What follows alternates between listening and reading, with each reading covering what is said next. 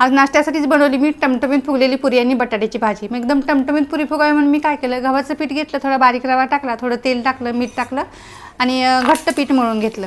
आणि मग इकडे बटाट्याची भाजी बनवली. तेलामध्येच मी जिरं मोहरी कढीपत्ता टाकला, त्यानंतर आलं लसूण टाकलं, कांदा आणि टोमॅटो पण टाकला आणि मॅशवे पण शिजवून घेतला. मग लाल तिखट टाकलं, धना जिरा पावडर टाकली, हळद टाकली, तेल सुटे पण शिजवून घेतलं आणि मग पाणी ओतलं.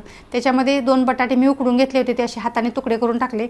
चवीनुसार मीठ टाकून घेतलं, थोडा बटाटा मॅश पण करून घेतला आणि मग याच्यामध्ये थोडासा गरम मसाला टाकला आणि थोडीशी कोथिंबीर पण टाकून घेतली. मग तयार झाली आपली बटाट्याची भाजी. आता आपलं पुऱ्यांचं पीठ मळलं, आता पुऱ्या लाटून घेऊया.